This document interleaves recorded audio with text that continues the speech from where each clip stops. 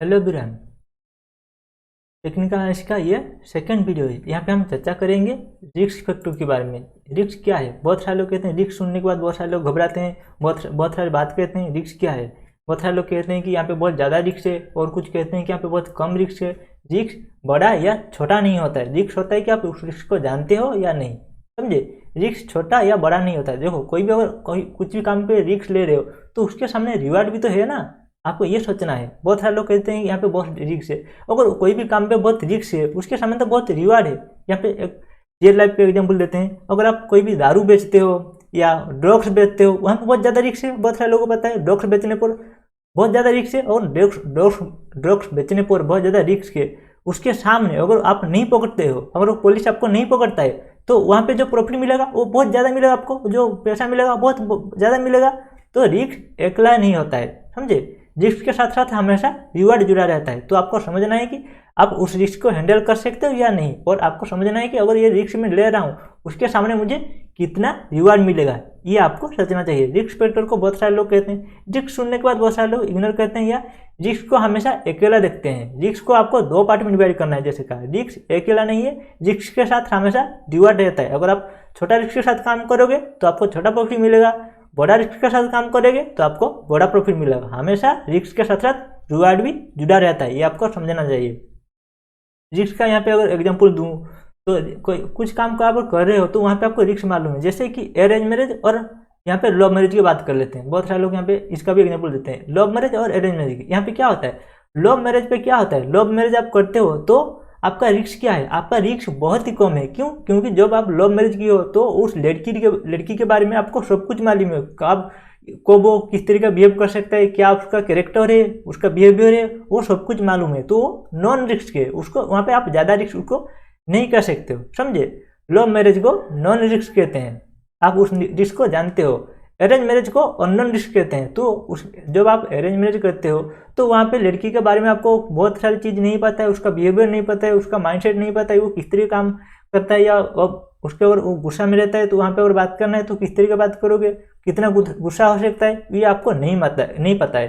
तो arrange marriage को unknown risk कहते हैं, लव मैरिज को हमेशा रिस्क कहते हैं। तो रिस्क अकेला नहीं आता है, रिस्क के साथ साथ हमेशा रिवार्ड जुड़ा रहता है। तो आपको जानना है कि अगर कुछ काम कर रहे हो मार्केट के ऊपर, वो रिस्क को आप जानते हो या नहीं। अगर ये जानते हो कि हाँ यहाँ पे काम होगा, यहाँ पे इतना रिस्क हो सकता है, उसके साथ आपको देखना है कि अगर इतना रिस्क में ले रहा हूँ उसके सामने मुझे कितना रिवार्ड मिलेगा, वो भी आपको देखना है। यहाँ पे सिर्फ रिस्क को आपको नहीं देखना है। कोई भी काम कर रहे हो, कुछ रियल लाइफ में भी कुछ काम कर रहे हो, तो अगर सिर्फ रिस्क को आपको देखना है नहीं है, अगर रिस्क ले रहे हो उसके सामने आपको ये देखना है कि आपका रिवार्ड कितना है। अगर रिवार्ड बड़ा है तो रिस्क लेने में कोई घबराहट नहीं होना चाहिए। अगर रिवार्ड छोटा दिख रहा है और रिस्क बड़ा दिख रहा है तो वहाँ पे उस काम को आपको छोड़ना है, समझे? यहाँ पे लोग अलग तरीके का कहते हैं कि यहाँ पे बहुत ज़्यादा रिस्क है और कोई काम में रिस्क है तो वहाँ पे रिवार्ड भी तो मिलेगा ना, वो लोग नहीं सोचते हैं। ये आपको समझना पड़ेगा। स्टॉक मार्केट में उसी तरीके का काम करता है। तो सक्सेसफुल ट्रेडर होने के लिए आपको क्या क्या चाहिए, सक्सेसफुल ट्रेडिंग के लिए क्या क्या रिक्वायर्ड है यहाँ पे? सक्सेसफुल ट्रेडर होने के लिए आपको चाहिए मार्केट साइकोलॉजी। मार्केट को सही तरीके से समझना चाहिए, मार्केट का बॉडी बिहेवियर, मार्केट का डीएनए समझना चाहिए। मार्केट का डीएनए आप बाद में समझोगे, मार्केट का डीएनए यहाँ पे 50% आता है। सक्सेसफुल ट्रेडर होने के लिए मार्केट साइकोलॉजी को समझना पड़ेगा। मार्केट साइकोलॉजी यहाँ पे आ जाता है, 50% का काम मार्केट साइकोलॉजी का होता है। उसके बाद आ जाता है आपका मनी मैनेजमेंट और रिस्क रिवार्ड रेशियो या रिस्क मैनेजमेंट, ये आ जाता है आपका 30% के अंदर। मनी मैनेजमेंट और रिस्क मैनेजमेंट ये आ जाता है आपका 30% के अंदर। उसके बाद आ जाता है आपका चार्टिंग, मतलब आप हम जो यहाँ पे टेक्निकल एनालिसिस करेंगे, कुछ भी चार्ट रीड करेंगे, चार्टिंग यहाँ पे आ जाता है 20%। तो सक्सेसफुल होने के लिए आपको क्या चाहिए? सक्सेसफुल होने के लिए आपको मार्केट साइकोलॉजी बहुत स्ट्रॉन्ग होना चाहिए। साइकोलॉजी पे आ जाता है आपका 50%। अगर 100% इसको हम लिखेंगे, सक्सेसफुल ट्रेडर होने के लिए अगर आपको 100% चाहिए तो क्या होगा, उसको 50% यहाँ पे आ जाता है आपका मार्केट साइकोलॉजी के अंदर, 30% आ जाता है आपका money management and risk management के अंदर, और आपका 20% आ जाता है चार्टिंग के अंदर। चार्टिंग में इतना कुछ नहीं है, चार्टिंग तो छोटा सा पोर्शन है, उसके सामने मार्केट साइकोलॉजी और मनी मैनेजमेंट के ऊपर आपको बहुत सारे काम करना है। इसके ऊपर भी आपको बहुत सारे टॉपिक दिया जाएगा, इसीलिए ये सभी बातें हो रहा है। तो जैसे कहा चार्टिंग सीखना है तो कितना 20% है, चार्टिंग आपको आसानी से सिखा दूंगा। उससे पहले मार्केट साइकोलॉजी, मनी मैनेजमेंट को, ये सभी बहुत वास्ट टॉपिक है, इसीलिए ये सभी को यहाँ पे कवर किया जा रहा है। तो ये सभी को पर्सन को कुछ लोग इग्नोर करेंगे क्योंकि उनको सिर्फ चार्टिंग से मतलब है। जैसे यहाँ पे आपको दिख रहा है चार्टिंग सिर्फ 20% है और बाकी चीज़ यहाँ पे 80% है। तो 80% चीज़ के ऊपर यहाँ पे काम किया जा रहा है। और मास्टर ट्रेडर को जब सिखाओगे, मास्टर ट्रेडर में भी आपको यहाँ पे 80% चीज़ जो आपका मार्केट साइकोलॉजी, मनी मैनेजमेंट है, इसके ऊपर काम किया जाएगा। चार्टिंग तो छोटा सा पर्सन है। मास्टर, यहाँ पे देखो मास्टर ट्रेडर या ऑप्शन मास्टरी, ऑप्शन सेलिंग में उतना कुछ खास नहीं है। ऑप्शन सेलिंग में मनी मैनेजमेंट और यहाँ पे आप रिस्क के साथ काम कर सकते हो। पर इन्वेस्टिंग या ऑप्शन बाइंग या इन्वेस्टिंग पे आपको मार्केट साइकोलॉजी बहुत नज़र रखना है, इसके ऊपर आपको काम करना पड़ेगा। ऑप्शन मास्टरी में उसको कवर किया जाएगा, समझे। ऑप्शन मास्टर ट्रेडर में उसको कन्वर्ट किया जाएगा, कवर किया जाएगा। तो वो सभी के पार्ट में ये सभी को कवर किया जाएगा। यहाँ पे छोटा पर्सन को डिस्कस कर रहा हूँ कि सक्सेसफुल ट्रेडर होने के लिए 50% मार्केट साइकोलॉजी, 30% यहाँ पे 20% इन सभी के ऊपर आपको काम करना है, वो बात के देखेंगे। बहुत सारे लोग यहाँ पे 90% लोग कहते हैं कि स्टॉक मार्केट गैम्बलिंग है, और आप में घर में से भी कहते हैं कि स्टॉक मार्केट गैम्बलिंग है। देखो, जब गैम्बलिंग करने के लिए जाते हो, कोई कैसीनो को जाते हो, तो वहाँ पे आपका विनिंग रेशियो कितना रहता है। अगर कोई भी गेम खेलते हो कोई कैसीनो पे जाके, तो आपका विनिंग रेशियो हो जाता है 5%, 10% के आसपास आपका विनिंग रेशियो रहता है, और आपका लूजिंग रेशियो रहता है 90%। मतलब आप 100 बार कोई भी गेम खेलते हो, तो वहाँ पे आपका 5 बार 10 बार उस तरीके का प्रॉफिट हो सकते हो या विन हो सकते हो, और 90 टाइम आप लूज कर सकते हो। तो इसीलिए कैसीनो को गैम्बलिंग करते हैं। तो स्टॉक मार्केट गैम्बलिंग नहीं है, ये बात आपको समझना पड़ेगा, समझे। स्टॉक मार्केट को बहुत सारे लोग गैम्बलिंग कहते हैं, तो स्टॉक मार्केट गैम्बलिंग नहीं है। गैम्बलिंग किसको कहते हैं, देखो यहाँ पे आपको बहुत सारे लोगों को पता है। यहाँ पे महाभारत का सीन तो पता है, युधिष्ठिर जब गेम खेल रहे थे यहाँ पे शकुनी के साथ, समझे, शकुनी के साथ पसाबाजी खेल रहे थे, तो वहाँ पे क्या रहा था, वहाँ पे युधिष्ठिर क्या कर रहा था, युधिष्ठिर यहाँ पे गैम्बलिंग कर रहा था। बहुत जो शकुनी है, शकुनी वहाँ पे कोई भी गैम्बलिंग नहीं खेल रहा था, समझे।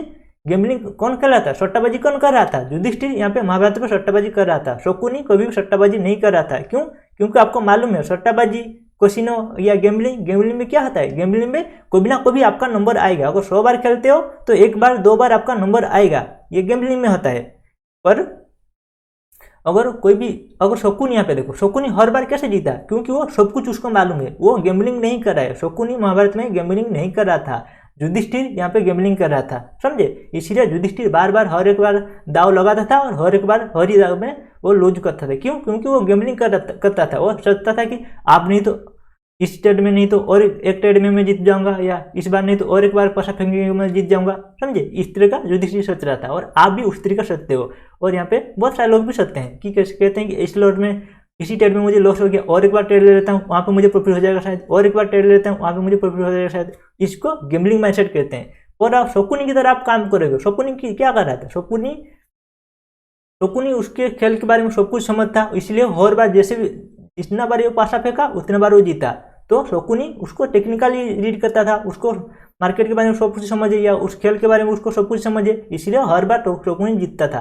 तो मार्केट में आपको शकुनी की तरह काम करना है, ये नहीं कि युधिष्ठिर की तरह आपको काम करना है, समझे। तो आपको शकुनी की तरह काम करना सिखाया जाएगा। टेक्निकल एनालिसिस क्या है? टेक्निकल एनालिसिस ये है कि आपको फ्यूचर को एंटिसिपेट करना है। हिस्ट्री को देख के, हिस्ट्री का प्राइस बिहेवियर देख के, सब कुछ स्टडी करके आपको फ्यूचर को एंटिसिपेट करना है। फ्यूचर को, प्राइस को आपको प्रेडिक्शन करना है। इसको टेक्निकल एनालिसिस कहते हैं। सिंपल है लॉजिक है। फ्यूचर का बिहेवियर जैसे आपको पहले भी कहा था, प्राइस डिस्काउंट एवरीथिंग, और प्राइस ट्रेंड में चलता है कहा था उसी सेक्शन में। वहाँ पे कहा था कि हिस्ट्री रिपीट इटसेल्फ कहा था आपको।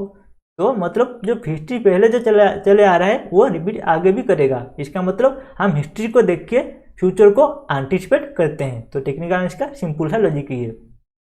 यहाँ पे देखो, हर कोई टेक्निकल एनालिसिस करता है, तो आप भी टेक्निकल एनालिसिस करते हो, पर आप मानते नहीं हो। यहाँ पे देख रहे हो, देखो टेक्निकल एनालिसिस पे क्या होता है, फ्यूचर, जैसे कहा आपको, पास्ट को देख के फ्यूचर को एंटिसिपेट करते हैं, इसको टेक्निकल एनालिसिस कहते हैं। यहाँ पे क्या दिख रहा है, यहाँ पे देखो एक बूढ़ा बाबा यहाँ पे ऑफसाइड की तरफ देख रहा है। ऑफसाइड की तरफ देख के क्या सोच रहा है, यहाँ पे देख रहा है कि बारिश कब आएगा, वो देख रहा है, समझे। अगर कोई छोटे बच्चे को यहाँ पे देखो, उसको पूछोगे बारिश कब आएगा, बाबा को पूछोगे तो ऑफसाइड की तरफ दिख रहा है। ऑफसाइड की तरफ देख के वो सोचेगा। अगर किसी बच्चे को पूछोगे कि बारिश कब आएगा, वो क्या ऑफसाइड की तरफ दिखेगा? क्यों दिखेगा वो? क्योंकि उसको पता नहीं कि बारिश ऑफसाइड की तरफ दिखने पर हिंट मिलता है हमें।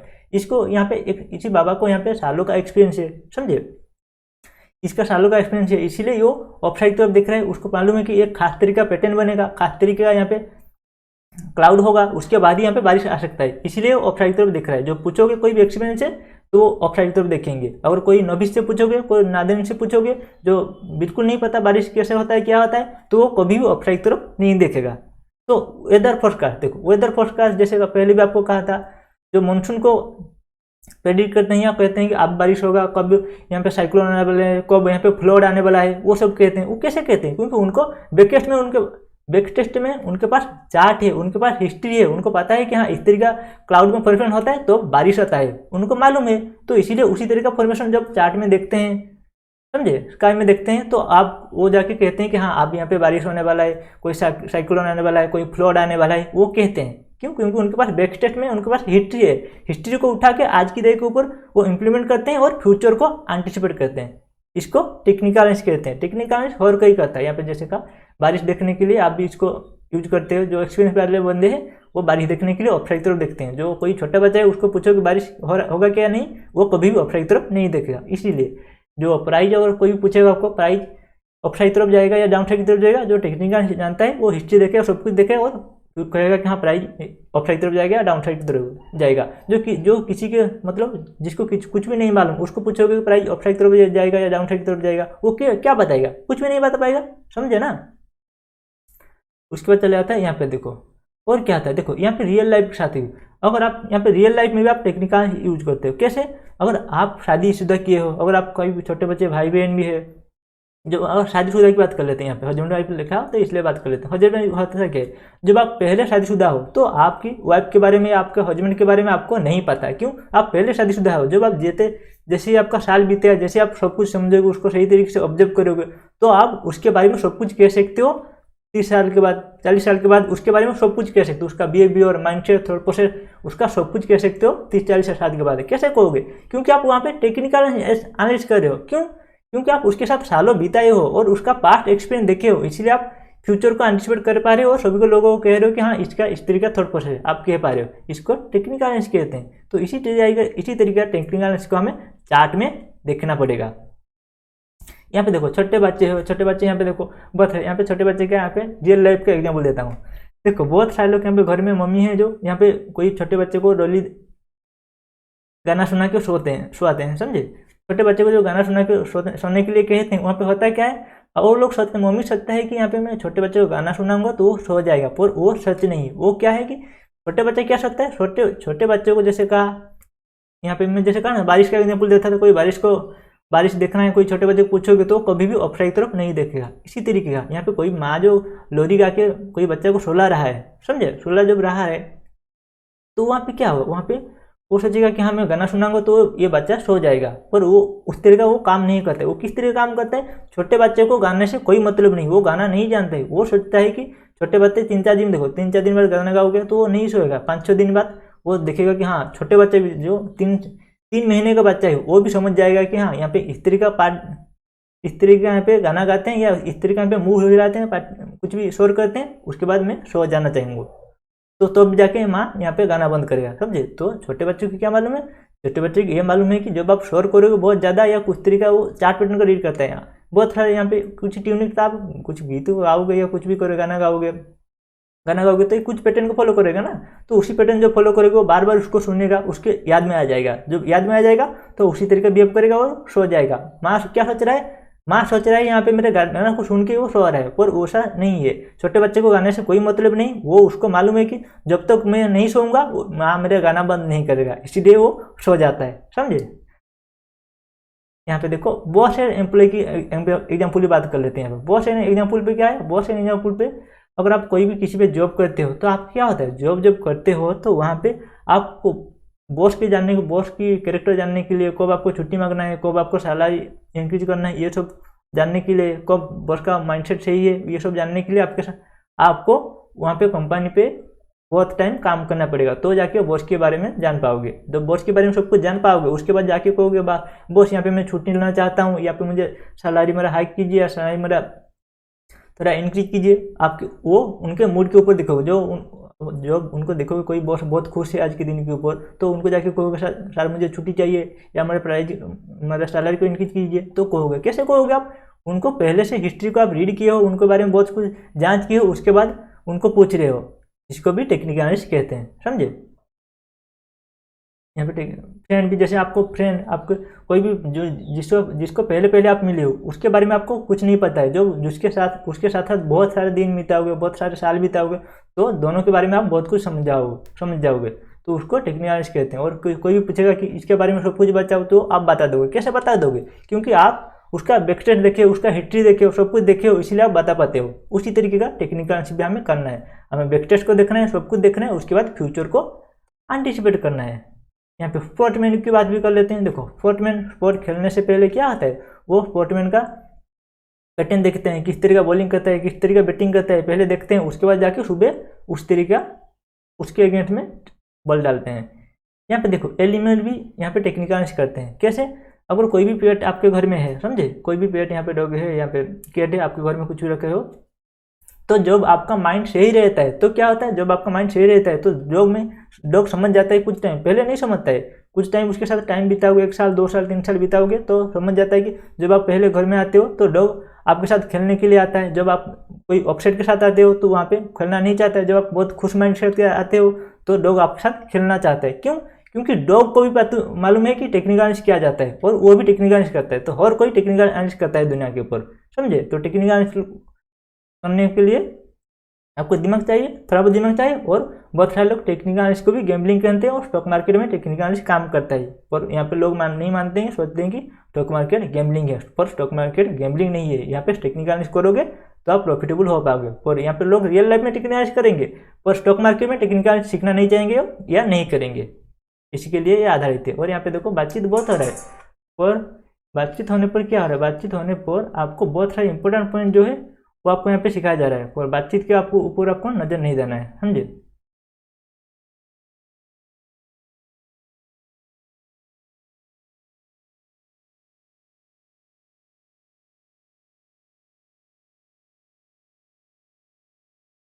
एक मिनट होगा। हाँ, यहाँ पे जैसे कहा था, कोई भी डॉग भी यहाँ पे टेक्निकल एनालिसिस करते हैं, तो आप लोगों को टेक्निकल एनालिसिस को ज़्यादा से ज़्यादा जोर देना पड़ेगा। देखो, प्रॉफिटेबल ट्रेडिंग सेटअप करने के लिए आपको इस तरीके का फॉर्मेशन नहीं होना चाहिए। बहुत सारे लोग इस तरीका, बहुत सारे दोस्त तरह के इंडिकेटर यूज करते हैं, ट्रेंड लाइन यूज करते हैं, बहुत सारे यूज करते हैं, और चार्ट को उनको प्राइज ही नहीं दिखता है, सब कुछ दिखता है, उनको प्राइज ही नहीं दिखता है। तो इस तरीका सेटअप आपको रेडी नहीं करना है। कैसे सेटअप रेडी करना है वो आपको बाद में सीखा जाएगा। अगर इस तरीका सेटअप आपके पास अभी पड़ा हुआ है तो उसको आप छोड़िए अभी, समझे। इसीलिए देख रहा हूँ। फाइनेंशियल मार्केट में क्या होता है, फाइनेंशियल मार्केट में आपका रॉ मटेरियल आ जाता है, स्टॉक मार्केट आ जाता है, करेंसी मार्केट आ जाता है, इसको फाइनेंशियल मार्केट कहते हैं। कोई भी क्रूड ऑयल हो जाता है, गोल्ड हो जाता है, समझे, रॉ मटेरियल हो जाता है कुछ भी, इसको रॉ मटेरियल मार्केट कहते हैं, या कमोडिटी मार्केट इसको कहते हैं। यहाँ पे इसको कहते हैं स्टॉक मार्केट। जितने सारी कंपनी की बात आती है, पैसे की बात आती है, इसको स्टॉक मार्केट के अंदर जाता है। उसके बाद आ जाता है currency market, US dollar, Indian USD, इस तरीके का येन, इस तरीके को इसको करेंसी मार्केट कहते हैं। फाइनेंशियल मार्केट को 3 पार्ट में डिवाइड किया गया है। और देखो, इसको छोड़ देते हैं, इतना इम्पोर्टेंट नहीं है। टाइप ऑफ चार्ट, कितने टाइप का चार्ट होता है। जैसे कहा टाइप ऑफ चार्ट, कोई भी आपको कहा अप ट्रेंड आ सकता है, डाउन ट्रेंड हो सकता है। और चार्ट के अंदर आपको दिखना है। जैसे टेक्निकल एनालिसिस करने के लिए आपको क्या करना पड़ेगा, टेक्निकल एनालिसिस करने के लिए आपको चार्ट को देखना पड़ेगा। पहले हिस्ट्री को उठाना पड़ेगा, हिस्ट्री को उठाओगे, एनालिसिस करोगे, फ्यूचर को एंटिसिपेट करोगे। इसके लिए आपको चार्ट देखना पड़ेगा। चार्ट इस तरीका दिखता है। देखो, यहाँ पे मैं क्यों यहाँ पे बेसिक से स्टार्ट कर रहा हूँ, क्योंकि आप थोड़ा बहुत समझदार हो। जो लोग नहीं समझे हैं, समझे, जो लोग पूरा बेसिक से देखना चाहते हैं, उनको ये मदद होगा। इसीलिए मैं इस पॉइंट को कवर कर रहा हूँ, वरना मैं 8-5 तरीके से समझा सकता हूँ। इसीलिए 100 पॉइंट क्यों कर रहा हूँ, क्योंकि जो बिगिनर भी आएगा वो भी समझ सके। तो ये नहीं कि आप समझे मतलब 100 को ही समझ जाएगा। चार्ट देखो, जैसे कहा, ये इस तरीके का चार्ट को कहते हैं। चार्ट बैकस्टेज को देख के या पास्ट को देख के फ्यूचर को एंटिसिपेट करते हैं, इसलिए चार्ट को हम रीड करेंगे।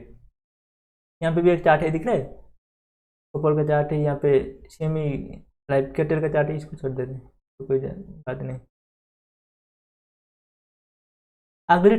अगले वीडियो में चर्चा करेंगे टाइप ऑफ चार्ट के बारे में। यहाँ पे इतना ही, इतना जरूरत नहीं। Strength of technical analysis, technical analysis का स्ट्रेंथ क्या है। जैसे कहा, टेक्निकल एनालिसिस का स्ट्रेंथ ये है कि आप फ्यूचर बारे में पास्ट को एनालिसिस करके, आज की कोरियन मार्केट के ऊपर एनालिसिस करके फ्यूचर को एंटिसिपेट कर सकते हो, इसको टेक्निकल एनालिसिस कहते हैं, समझे। इतना ही आता है इस वीडियो में। और एक वीडियो में हम कवर करेंगे टाइप ऑफ चार्ट के बारे में, और बहुत सारे पॉइंट भी कवर करेंगे।